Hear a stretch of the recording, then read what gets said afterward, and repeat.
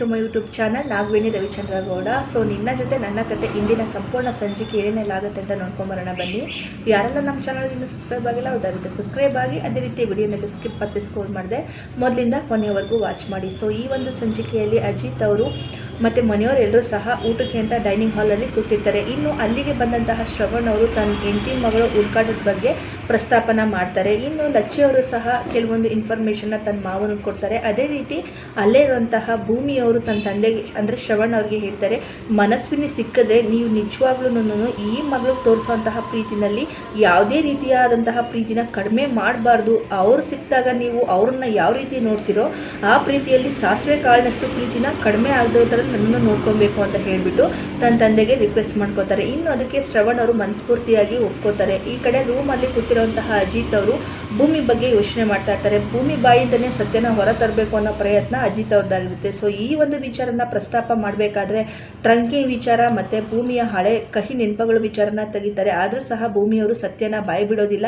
ಅದೇ ಸಮಯ ಕರೆಕ್ಟಾಗಿ ಚೆಕ್ ಮಾಡ್ಕೊಂಡು ಬಂದಂತಹ ಅಜಿತ್ ಅವರು ಅಲ್ಲೇ ಹಾಲ್ಗೆ ಬರ್ತಾರೆ. ಅಲ್ಲಿಗೆ ಸತ್ಯ ಅವರು ಮೀಟ್ ಮಾಡೋದಕ್ಕಾಗಲಿಲ್ಲ, ಅದಕ್ಕೆ ಇವಾಗ ಫೋನ್ ಮಾಡಿ ಮಾತಾಡಿಸ್ತಾ ಇದ್ದೀನಿ ಅಂತ ಹೇಳ್ತಾರೆ. ಇನ್ನು ಅಜಿತ್ ಅವರು ಸತ್ಯ ಅವ್ರ ಜೊತೆ ಮಾತಾಡಬೇಕಾದ್ರೆ ಭೂಮಿಯವರು ಯಾಕೆ ಈ ರೀತಿ ನನ್ನ ಹುಟ್ಟಿನ ರಹಸ್ಯನ ಈ ರೀತಿ ಇದು ಮಾಡ್ತಾ ಇದ್ದೀರಿ ಅಂತ ಕೇಳೋದಕ್ಕೆ ಬಂದಾಗ ಜಗಳ ಆಡೋದನ್ನ ಫೋನ್ನಲ್ಲೇ ಸತ್ಯ ಅವ್ರು ಕೇಳಿಸ್ಕೊಂಡು ಫೋನ್ ಕಾಲ್ನ ಆಮೇಲೆ ಮಾಡ್ತೀನಿ ಅಂತೇಳಿ ಅಜಿತ್ ಅವರು ಕಟ್ ಮಾಡ್ತಾರೆ. ಇನ್ನು ಭೂಮಿಯವ್ರ ಬಾಯಿಂದನೇ ಸತ್ಯ ಹೊರತರೋ ಪ್ರಯತ್ನ ಅಜಿತ್ ಅವರು ಮಾಡ್ತಾರೆ. ಆದರೆ ಭೂಮಿ ಸತ್ಯ ಬಾಯಿ ಬಿಡೋದಿಲ್ಲ. ಆದರೆ ಅಜಿತ್ ಅವರೇ ಬಾಯಿ ಬಿಟ್ಟು ನೀನು ವೀರಣ್ಣ ಮತ್ತು ಅವರ ಸಾಕು ಮಗಳು ಅಂತ ಹೇಳಿಬಿಟ್ಟು ಹೇಳಿದಾಗ ಭೂಮಿಯವರು ಯಾವುದೇ ರೀತಿಯ ಸತ್ಯನ ಒಪ್ಕೊಳೋದಿಲ್ಲ.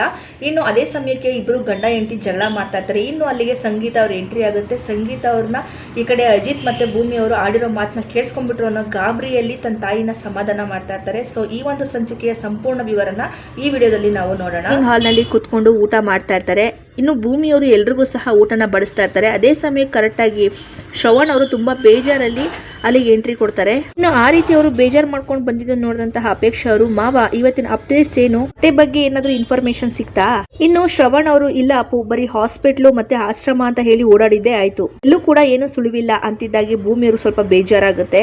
ಅಜಿತ್ ಅವರು, ನಾನು ಎಲ್ಲಾ ಕಡೆ ಹುಡುಕಿಸ್ತಾ ಇದ್ದೀನಿ ಮಾವ, ಆದ್ರೆ ಯಾವ ಕಡೆನೂ ಸಹ ಏನು ಇನ್ಫಾರ್ಮೇಶನ್ ಇಲ್ಲ. ಇನ್ನು ಲಚ್ಚಿ ಅವರು auto driver association, cab driver association ಎಲ್ಲರಿಗೂ ಕೂಡ ನಾವು ವಾಟ್ಸ್ಆಪ್ ಅಲ್ಲಿ ಅರ್ಧ ಅತ್ತೆ ಫೋಟೋನ ಕಳಿಸಿದ್ರೆ ಅವರು ಅವ್ರನ್ನ ಹುಡ್ಕೋದಿಕ್ಕೆ ಹೆಲ್ಪ್ ಮಾಡ್ಬೋದಲ್ವಾ?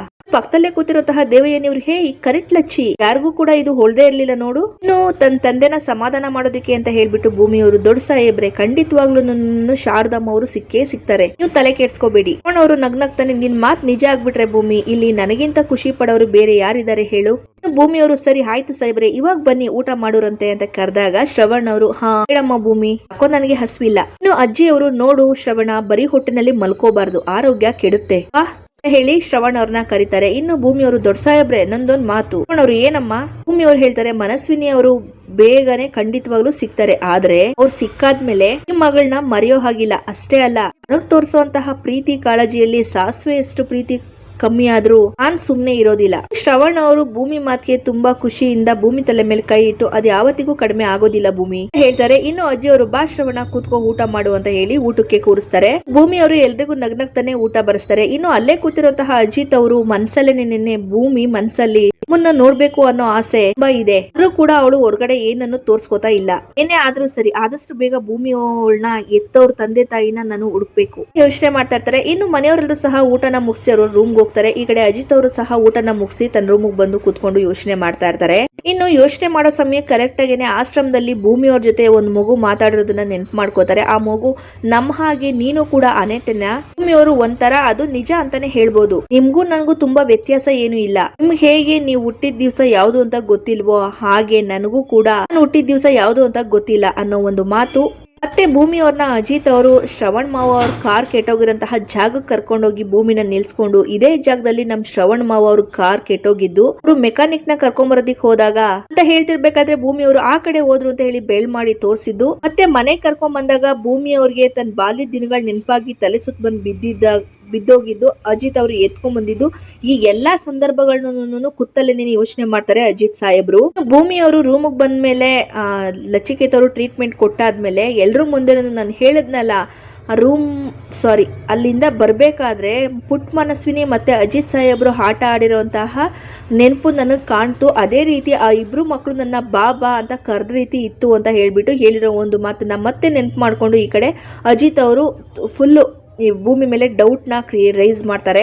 ಈ ರೀತಿ ಯೋಚನೆ ಮಾಡೋ ಸಂದರ್ಭ ಕರೆಕ್ಟಾಗಿ ನಿನ್ನೆ ಭೂಮಿಯವರು ಅಜಿತ್ ಅವರಿಗೆ ಹಾಲ್ನ ತಗೊಂಡು ಸಾಯಬ್ರೆ ಅಂತ ಕೂಕೊಂಡ್ ಬಂದು ರೂಮ್ ಡೋರ್ನ ಹಾಕಿ ಅವ್ರು ಯೋಚನೆ ಮಾಡ್ತಾ ಇರೋದನ್ನ ನೋಡಿ, ಸಾಯಬ್ರೆ ಏನ್ ಯೋಚನೆ ಮಾಡ್ತಾ ಇದ್ದೀರಾ? ಹೋಳಿ ಸಾಯಬ್ರೆ, ಬಿಸಿ ಬಿಸಿ ಹಾಲು, ಈ ಹಾಲು ಕುಡ್ದು ತಲೆಲಿರೋ ಯೋಚನೆಗಳನ್ನೆಲ್ಲ ಆಚೆ ಹಾಕಿ ಮಲ್ಕೊಂಬಿಡಿ ಅಂತ ಹೇಳ್ತಾರೆ. ಇನ್ನು ಈ ಕಡೆ ಯೋಚನೆ ಮಾಡ್ತಾನೆ ಅಜಿತ್ ಅವರು ಭೂಮಿ ಕೈಯಿಂದ ಹಾಲ್ ಗ್ಲಾಸ್ ನ ಈಸ್ಕೊಂಡು ಯೋಚನೆ ಮಾಡ್ತಾ ಇರ್ತಾರೆ. ಇನ್ನು ಭೂಮಿಯವರು ಅಜಿತ್ಗೆ ಹಾಲ್ನ ಕೊಟ್ಬಿಟ್ಟು ಮಂಚದ ಮೇಲೆ ಹೋಗಿ ಮಲ್ಕೊಂಡು ರಗ್ಗೋಸ್ಕೋಬೇಕು ಅನ್ನೋ ಅಷ್ಟರಲ್ಲಿ ಈ ಕಡೆ ಅಜಿತ್ ಅವರು ಭೂಮಿ ಕೂಗಿದಕ್ಕೆ ಭೂಮಿಯವರು, ಏನು ಅಜಿತ್ ಅವರು, ನೀನೊಂದಿನ ನಿಮ್ ಮನೇಲಿದ್ದ ಟ್ರಂಕ್ ಬಗ್ಗೆ ನನ್ನ ಹತ್ರ ನೀನು ಹೇಳ್ಕೊಂಡಿದ್ದೆ, ನೆನ್ಪಿದ್ಯಾ ನಿನಗೆ ಅಂತ ಕೇಳ್ತಿದ್ದಾಗೆ ಭೂಮಿಯವರು ಸ್ವಲ್ಪ ಮಟ್ಟಿಗೆ ಶಾಕ್ ಆಗ್ತಾರೆ.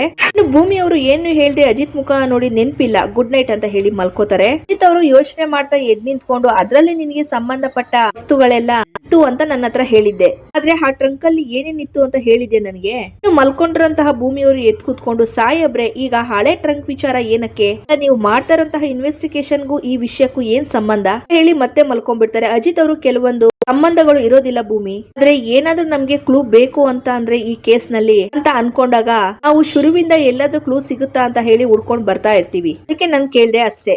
ಇನ್ನು ಭೂಮಿ ಅವರು ಮಲ್ಕೊಂಡೆ, ನಂಗೆ ಟ್ರಂಕು ಗಿಂಕು ಏನು ಗೊತ್ತಿಲ್ಲ ಹೋಗಿ ಅಂತ ಅಜಿತ್ಗೆ ಹೇಳ್ತಾರೆ. ಇನ್ನು ಅಜಿತ್ ಅವರು ಅಲ್ಲೇ ನಿಂತಿದ್ದಾರಾ ಇಲ್ವಾ ಅಂತ ಹೇಳ್ಬಿಟ್ಟು ಮೆತ್ತಗ್ ಕಂಡ್ಬಿಟ್ಟು ಭೂಮಿ ಅವರು ನೋಡ್ತಾರೆ. ಇನ್ನು ಅಜಿತ್ ಅವರು ಅಲ್ಲೇ ನಿಂತ್ಕೊಂಡು ಸಿಟ್ಟಲ್ಲಿ ನೋಡ್ತಾ ಇರೋದು ನೋಡ್ದಂತ ಭೂಮಿ ಅವರು ಎದ್ ಕೂತ್ಕೊಂಡು, ಗೊತ್ತಿಲ್ಲ ಅಂತಂದ್ರೆ ಗೊತ್ತಿಲ್ಲ ಅಂತ ಅಲ್ಲ ಸಾಯಬ್ರೆ, ಅದು ಅಮ್ಮ ತುಂಬಾ ವಸ್ತುಗಳನ್ನ ಆ ಟ್ರಂಕ್ ನಲ್ಲಿ ಹಾಕಿ ಇಟ್ಬಿಟ್ಟಿದ್ಲು, ಅದರಿಂದ ಆ ಟ್ರಂಕ್ ಒಳಗಡೆ ಏನಿದೆ ಅಂತ ಹೇಳಿ ನನಗೆ ನೆನಪಾಗ್ತಾ ಇಲ್ಲ ಅಂತ ಹೇಳ್ತಿದ್ದಾಗೆ ಅಜಿತ್ ಅವರು ಅಲ್ಲೇ ಡ್ರೆಸ್ಸಿಂಗ್ ಟೇಬಲ್ ಹತ್ರ ಹೋಗ್ಬಿಟ್ಟು ಹಾಲ್ನ ಇಟ್ಬಿಟ್ಟು ಭೂಮಿ ಅವ್ರನ್ನ ನೋಡ್ತಾರೆ. ಇನ್ನು ಭೂಮಿ ಅವರು ಅಜಿತ್ ಮುಖನ ನೋಡಿ ಏನು ಅಂತ ಕೇಳ್ತಾರೆ. ಅಜಿತ್ ಅವ್ರು ಏನು ಮಾತಾಡದೆ ಡೋರ್ನ ತಕೊಂಡು ಸಿಟ್ಟಿಂದ ಹೊರಟೋಗ್ತಾರೆ ಹೊರಗಡೆ. ಭೂಮಿ ಅವರು ಎದ್ಬಿಟ್ಟು, ಸಾಯಬ್ರೆ ಸಾಯಬ್ರೆ ನಾನು ಮಾತಾಡ್ತಾನೆ ಇದ್ದೀನಿ, ನೀವು ಹೋಗ್ತಾನೆ ಇದ್ದೀರಲ್ಲ ಅಂತ ಹೇಳಿ ಸಾಯಬ್ರೆ ಅಂತ ಕೂಕೊಂಡು ಅಜಿತ್ ಇಂದಾನೆ ಭೂಮಿನೂ ಕೂಡ ಹೋಗ್ತಾರೆ. ಈ ಕಡೆ ಹಾಲ್ ಕಡೆ ಬರ್ತಿದ್ದಾಗೆ ನೆನ್ನೆ ಸತ್ಯಣ್ಣ ಅವ್ರ ಕಾಲ್ ಬರುತ್ತೆ ಅಜಿತ್ ಅವ್ರಿಗೆ. ಇನ್ನು ಕಾಲ್ ನ ನೋಡಿದಂತ ಅಜಿತ್ ಅವರು, ಹೇಳಿ ಸತ್ಯಣ್ಣ ಅಂತ ಹೇಳಿ ಕಾಲ್ ನಲ್ಲಿ ಕೇಳಿದಾಗ ಈ ಕಡೆ ಸತ್ಯ ಅವರು, ಹಲೋ ಅಜಿತ, ಕೋರ್ಟ್ ಕೆಲಸ ಇತ್ತು ಅದಕ್ಕೆ ಮಾತಾಡಕ್ಕೆ ಆಗ್ಲಿಲ್ಲ, ಅದಕ್ಕೆ ಮಾತಾಡ್ಸೋಣ ಅಂತ ಹೇಳಿ ಕಾಲ್ ಮಾಡಿದೆ, ಅದಕ್ಕೆ ಮಾತಾಡ್ಸೋಣ ಅಂತ ಹೇಳಿ ಅನ್ಸಿದಾಗ ತಕ್ಷಣನೇ ಈಗ ಕಾಲ್ ಮಾಡ್ತಾ ಇದ್ದೀನಿ ಅಂತ ಸತ್ಯ ಅವ್ರು ಹೇಳೋ ಸಂದರ್ಭ ಕರೆಕ್ಟ್ ಆಗಿ ನೆನೆ ಈ ಕಡೆ ಭೂಮಿ ಅವರು ಸಹ ಅಜಿತ್ ಹತ್ರ ಬರ್ತಾರೆ.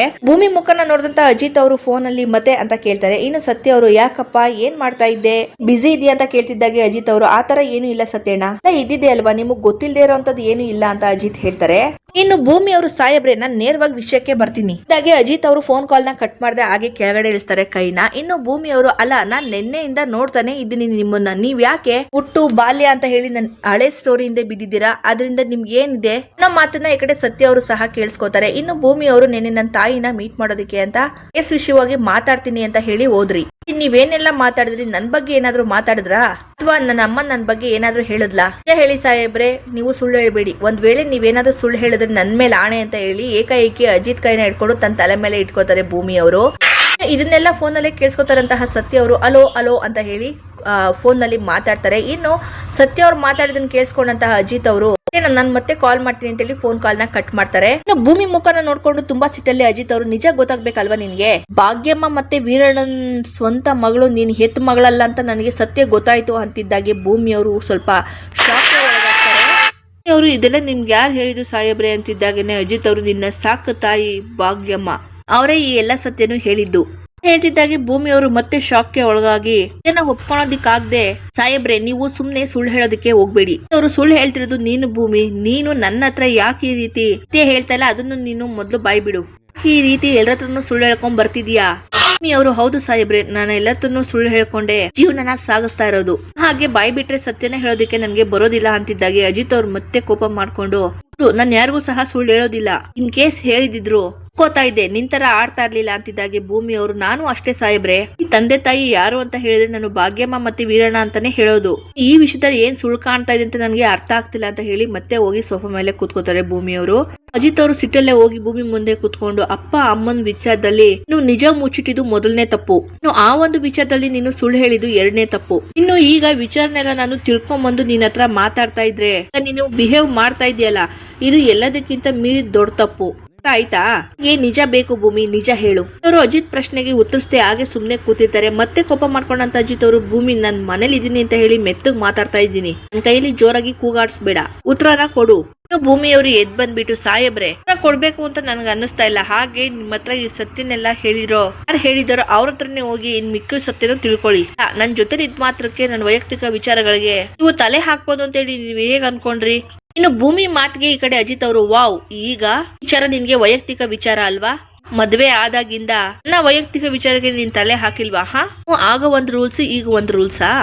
ಹೇಳು ಭಾಗ್ಯಮ್ಮ ಮತ್ತೆ ವೀರಣ್ಣನ್ ವಿಚಾರದಲ್ಲಿ ನೀನು ನನ್ನ ಹತ್ರ ಏನಕ್ ಸತ್ಯನ ಮುಚ್ಚಿಟ್ಟೆ? ಹೇಳು ಭೂಮಿ. ಇನ್ನು ಈಗ ನನಗ್ ಗೊತ್ತಾಗ್ಬೇಕಾಗಿರುವಂತಹ ವಿಚಾರ ಒಂದೇ, ಭಾಗ್ಯಮ್ಮ ಮತ್ತೆ ವೀರಣ್ಣನ್ ಮಗಳು ಅಂತ ಹೇಳಿ ನೀನು ನನ್ನ ಹತ್ರ ಯಾಕೆ ಸುಳ್ಳು ಹೇಳ್ದೆ? ಅವ್ರು, ಹೌದು ಸಾಹೇಬ್ರೆ, ನಾನ್ ಸುಳ್ಳು ಹೇಳಿದೀನಿ. ಸುಳ್ಳು ಹೇಳೋದೇ ನನ್ ಕೆಲ್ಸನೇ ಇಲ್ಲ, ಆಯ್ತಾ?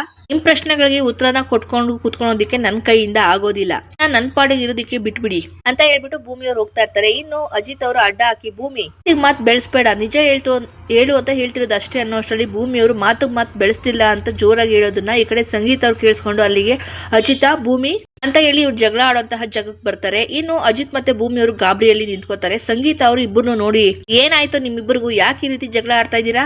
ಅಜಿತ್ ಅವರು ನಗ್ತಾರೆ. ಇನ್ನು ಭೂಮಿಯವರು ಅಜಿತ್ ನಕ್ಕಿದ್ದನ್ನ ನೋಡಿ ಅತ್ತೆ ಹತ್ರ ಹಾ ಅಂತ ಅನ್ಕೊಂಡು ಇಬ್ರು ಬಂದು, ಜಗಳ ಆಡ್ತಿದ್ದು ನನ್ ಚಿನ್ನ ಅಮ್ಮ ಅವಳು ಅಂತ ಹೇಳಿ ಅಜಿತ್ ಅವರು ಭೂಮಿ ಕೆಳನೆ ನಕ್ಕಿತ್ತು. ನಾನೇ ಜಗಳ ಆಡ್ಲಿ, ಮಾತಾಡ್ತಾ ಇದ್ದಿದ್ದು ಅಷ್ಟೇ, ಕ್ಯಾಶುಯಲ್ ಟಾಕ್ ಅಂತ ಹೇಳ್ತಾರೆ. ಇನ್ನು ಭೂಮಿ ಅವರು ಅತ್ತೆ ಅಂತ ಹೇಳ್ತಾರೆ. ಅವರು ಮಾತಾಡ್ತಾ ಇದ್ದೆ ಅಂತ ಅಜಿತ್ ನ ಕೇಳಿದಾಗ ಅಜಿತ್ ಅವರು ಹೌದಮ್ಮ ಅಂತ ಹೇಳ್ತಾರೆ. ಸಂಗೀತ ಅವರು, ಸುಳ್ಳು ಹೇಳ್ಬೇಡ ಅಜಿತ, ನೀವಿಬ್ರು ಮಾತಾಡ್ತಾ ಇರೋದನ್ನ ನಾನು ಕೇಳಿಸ್ಕೊಂಡೆ ಅಂತ ಹೇಳ್ತಿದ್ದಾಗೆ ಅಜಿತ್ ಮತ್ತೆ ಭೂಮಿ ಇಬ್ರು ಶಾಕ್ಗೆ ಒಳಗಾಗ್ತಾರೆ. ಎಲ್ಲಿ ಸಂಗೀತ ಅವರು ನಾವು ಮಾತಾಡಿದನ್ನೆಲ್ಲ ಕೇಳಿಸ್ಕೊಂಡ್ಬಿಟ್ರ ಅನ್ನೋ ಗಾಬರಿಯಲ್ಲಿ ಅಜಿತ್ ಮತ್ತೆ ಭೂಮಿ ಅವರು ಸಂಗೀತ ಅವ್ರನ್ನ ಒಂದ್ ರೀತಿ ಭಯದಲ್ಲಿ ನೋಡ್ತಾ ಇರ್ತಾರೆ.